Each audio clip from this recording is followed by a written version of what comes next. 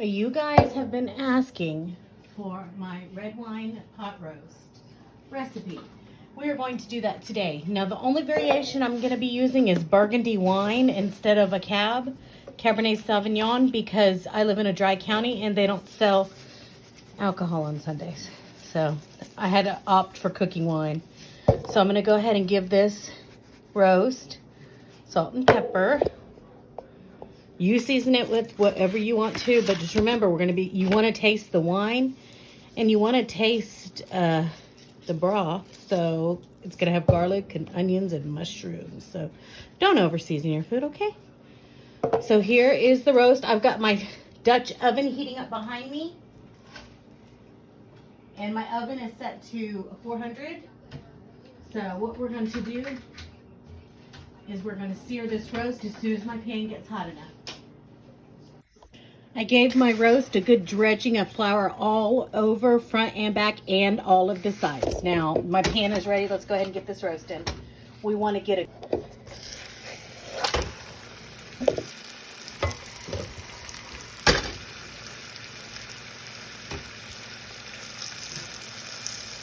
And since my eye is kind of crooked on my stove, I'm going to put some oil over here too, just to ensure that everything gets some olive oil.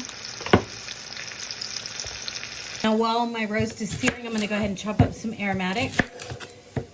Now, my roast, I do it different because I put fried onion strings on it. I took this from a recipe. There was a restaurant that I used to go to in Houston on Westheimer called Rockfish.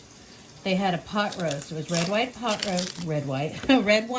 roast with fried onion strings, and then served with garlic mashed potatoes. So I tried to duplicate it, and I did. And it was delicious, and that's what we have. We had this for Christmas last year when my parents came over to my house. So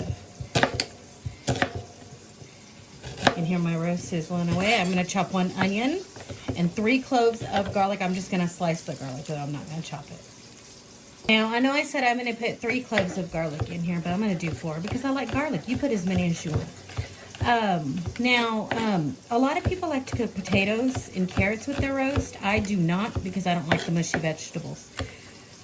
So we're going to have garlic mashed potatoes with these. So if you want to, put them in there. By all means, cook the way you want. But for this recipe, you need to follow the bulk of it. Okay, so there's that. And then I've got a container of mushrooms right here. Let's check on our roast and see how it is. We're going to flip it over now. We're going to sear the other side, and then we're going to do the actual sides and render down some of that fat. All right, now let's get those sides. Look at my towel, because my Dutch oven gets really hot on the sides. You just kind of stand it up like this and get all that fat on the sides rendered off.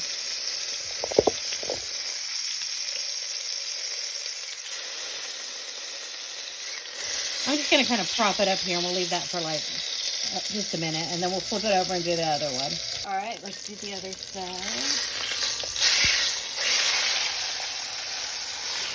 This one has some nice fat on the side. And then when this is seared, we are going to move it to a plate, and we're going to cook our aromatic.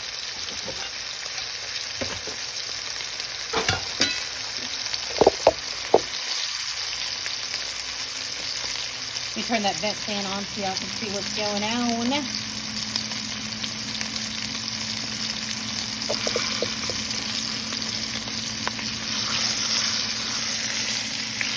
All right, let's go ahead and take this out.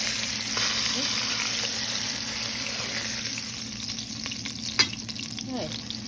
Now let's see some yummy drippings in there. Leave those. I'm going to add just a little bit more oil, and I'm going to add my onion and my garlic.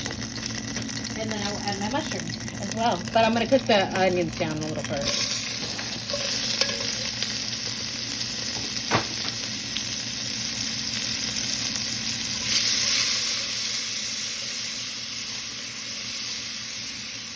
I'll turn my heat down just a little.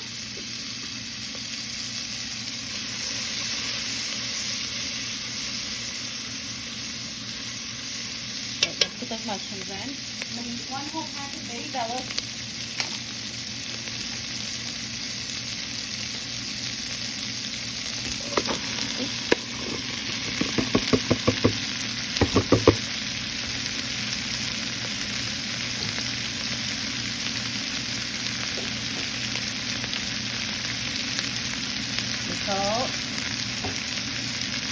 All right, I'm going to add 1 teaspoon of thyme, dried thyme. I already added salt and pepper to that. I'm going to add 1 teaspoon of paste.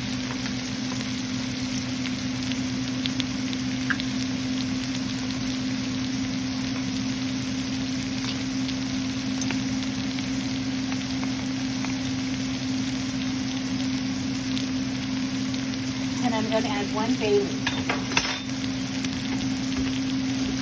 I'm going to stir this around, and then I'm going to add 1 cup of red wine. Remember, I said use a Cabernet Sauvignon or a nice red wine if you can. It doesn't have to be expensive. Just use it. Don't use cooking wine if you can help it, because it's my last resort to use it. So, all right, I'm going to start by adding 1 cup of wine. Once I pour, this is a big roast, so.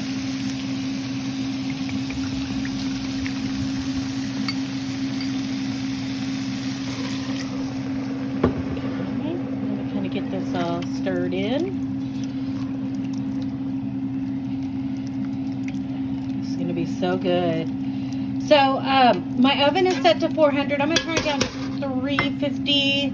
I don't have that long for the roast to cook today, so I don't want it to take so long. I'm going to add a container, 4 cups of beef broth, which is 32 ounces of beef broth. I'm going to stick my roast back in, bring it up to a boil. Once it's at a boil, I'm going to stick it, lid on it, and stick it in the oven. Go ahead and scoot our roast back in. Carefully, you don't want to splash hot liquid everywhere. Get all those juices that are on the plate. Make sure your roast is submerged in everything. Looks good. Now we're just waiting for it to come up to a boil.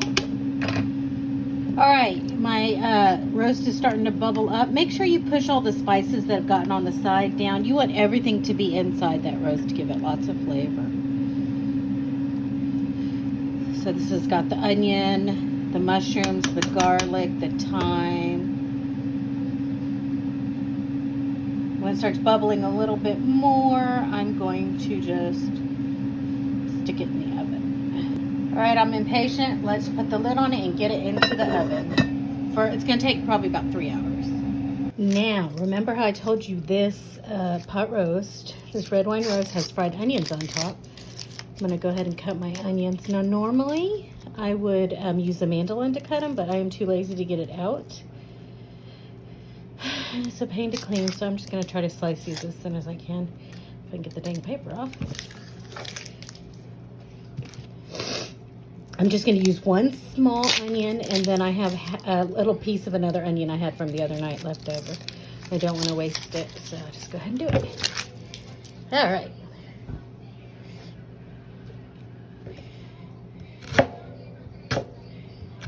So I'm just going to try to... I mean, that's pretty good. And I guess normal onion strings would be a whole onion. I don't know why I cut it in half, but whatever.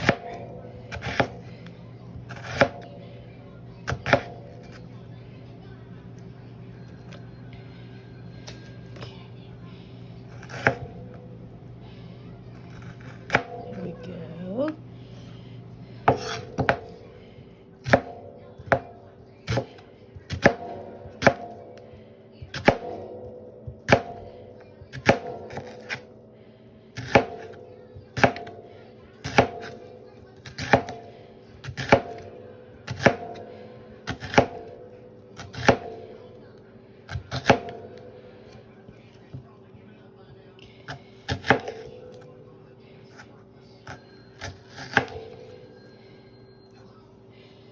Okay,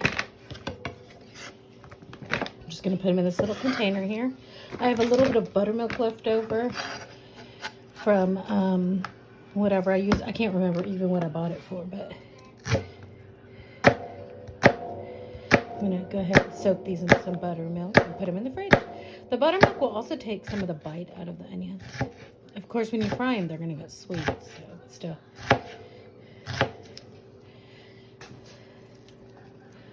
All right, here we go.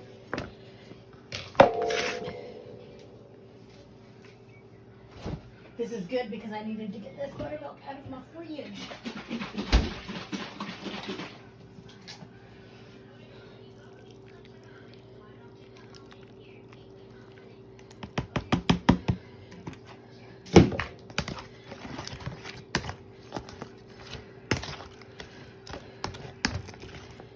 There we go.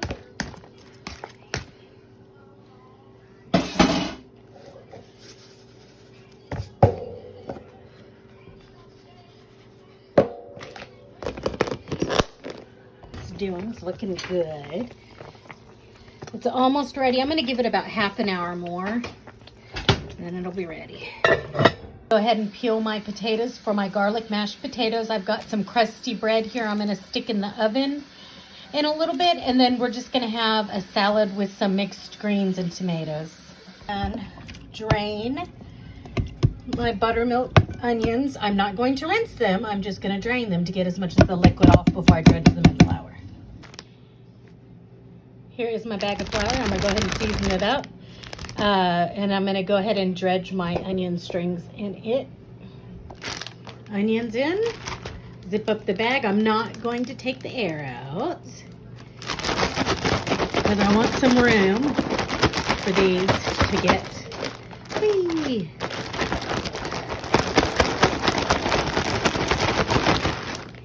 A nice little French baguette here. Gonna roll it in foil and let it get crusty in the oven. Oh, I want you to look at this roast. Look how tender it is. I can just pick it up and it falls apart. It's got a nice little gravy in there. So let's make our potatoes and get this meal plated up. All right, so here is my mashed potatoes. They're done. Here are my mashed potatoes. I'm gonna go ahead and make salads now. So this salad is going to be easy. I'm just gonna do this. Oops.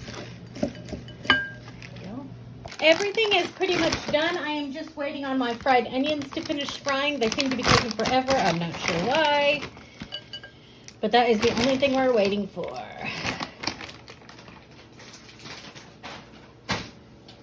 Done. I'm just going to put a little salt on them right out of the fryer. Slice up this bread and then plate up our bowls. Okay, let's plate this up. Turn on the little light there. We're going to start out with mashed potatoes on the bottom, in the middle of the bowl.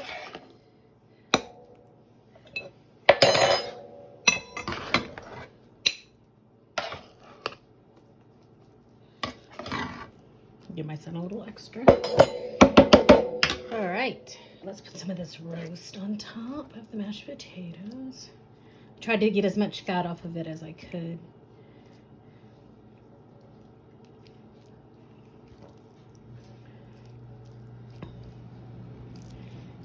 There we go. Now we're going to put some of the yummy sauce with the onions. There we go. And then finally, the final part is fried onions on top.